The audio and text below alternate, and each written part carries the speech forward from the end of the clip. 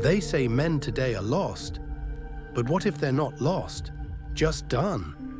Done trying to meet expectations that don't make sense anymore. Done fighting invisible battles that no one seems to care about. Done pretending that having it all together still means something.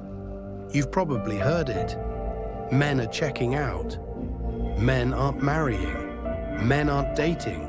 Men aren't even trying. But what no one's asking is why. What happened to create an entire generation of men who've gone silent? Not because they can't speak, but because it no longer feels worth it. Tonight we're peeling back the surface. Not to blame, not to preach, but to understand. To explore the 9 quiet psychological forces that are reshaping modern masculinity.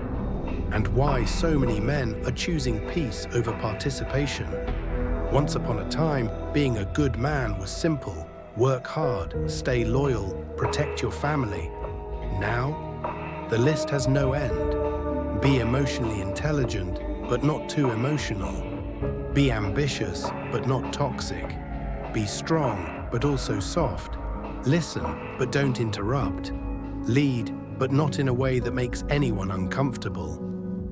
It's that they're contradictory, and the psychological cost of chasing them is burnout. The average man today is emotionally exhausted, not from apathy, but from trying too hard to get it right in a world that keeps moving the goalposts. A generation ago, men had tribes, barbershops, clubs, local bars, even workplaces where mentorship and brotherhood naturally formed. Now, most of those spaces have vanished, replaced by remote work, screens, and algorithms. Loneliness has become epidemic. According to Harvard's 2024 study on social isolation, 63% of men under 35 say they have no close male friends. None. That's not just sad, it's psychologically destabilizing. Men process pain differently, through shared activity, through doing, not talking. Take away those outlets and emotion doesn't disappear. It just ferments. It curdles into quiet resentment, depression, and withdrawal. Before you die, understand this. Society tells men to open up, speak their truth, be vulnerable. But try it once, in the wrong place, with the wrong person, and watch how fast it's weaponized. Vulnerability sounds noble in theory, but in practice, for many men it's been punished, mocked, or met with cold silence, so they shut down. Not because they don't feel, but because they've learned feeling out loud is dangerous. They armor up, emotionally and mentally, until even they can't feel their own pain anymore. It's not strength, it's survival. You were never separate from the universe. Let's be real, love's gotten expensive, and I don't just mean financially. Modern relationships demand energy, empathy, time, constant communication, social proof, and emotional availability, all on top of maintaining financial stability. But here's the twist. For many men, especially those still climbing economically, love now feels like a luxury product, something you can only afford after you've made it. Not a foundation to build on, but a reward once the work is done. The result? Men delay connection, not because they don't crave it, but because they're terrified of being seen as inadequate. They'd rather appear distant than disappointing. It was never the world that was silent. It was you finally listening. Dating apps were supposed to make connection easier. Instead, they turned it into a numbers game. A study by the University of Vienna found that 80% of women on dating apps match with only 10% of men, which means most men are effectively invisible. Imagine applying for 100 jobs and not even getting an email back. That's modern dating for millions of guys. You start to internalize rejection until it reshapes your self-worth. And the quiet conclusion becomes, why try at all? You start to internalize rejection until it reshapes your self-worth.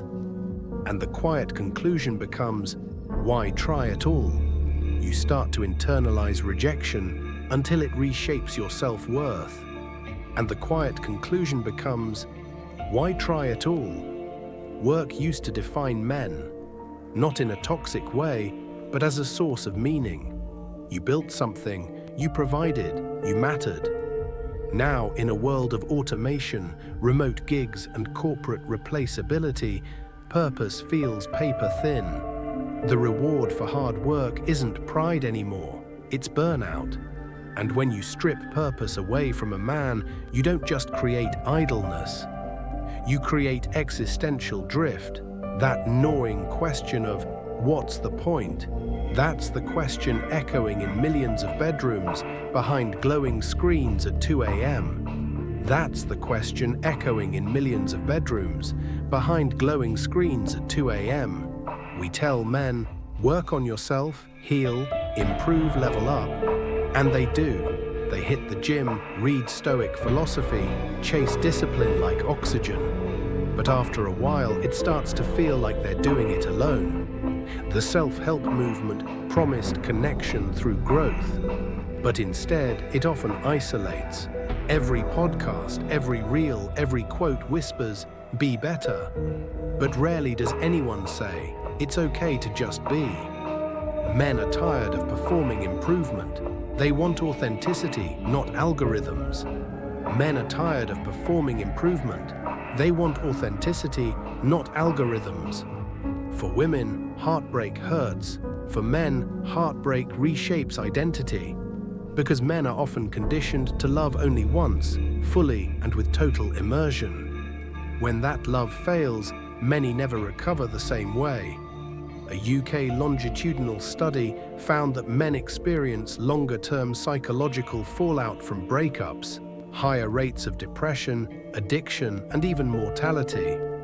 So yes, some men are avoiding love, but not because they fear commitment, because they've felt the abyss that follows when it ends. Before you die, understand this. Here's the heart of it. Men aren't just checking out. They're quietly rebelling against a system that tells them to give endlessly, emotionally, financially, spiritually, while offering less and less in return. They're redefining what success looks like. They're finding peace in solitude, meaning in small circles, and purpose outside of validation. And maybe that's not failure. Maybe that's evolution. And maybe that's not failure. Maybe that's evolution. And maybe that's not failure. Maybe that's evolution. So where does that leave us? Men aren't disappearing. They're recalibrating. They're trying to rebuild themselves in a world that keeps rewriting the rules. And while some see that as regression, maybe it's just the natural pause before something new begins. If you're a man watching this, you're not weak for feeling lost. You're not broken for being tired. You're just human. A human living in an age that asks for constant reinvention without ever stopping to ask what it costs. So breathe, reflect, and don't be ashamed for stepping back until you find something real again. Because real men don't avoid love, purpose, or connection. They just refuse to settle for the illusion of it.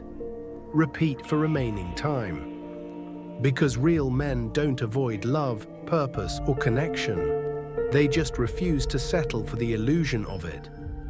If this hit something deep, drop your thoughts below. Share your story. Challenge mine.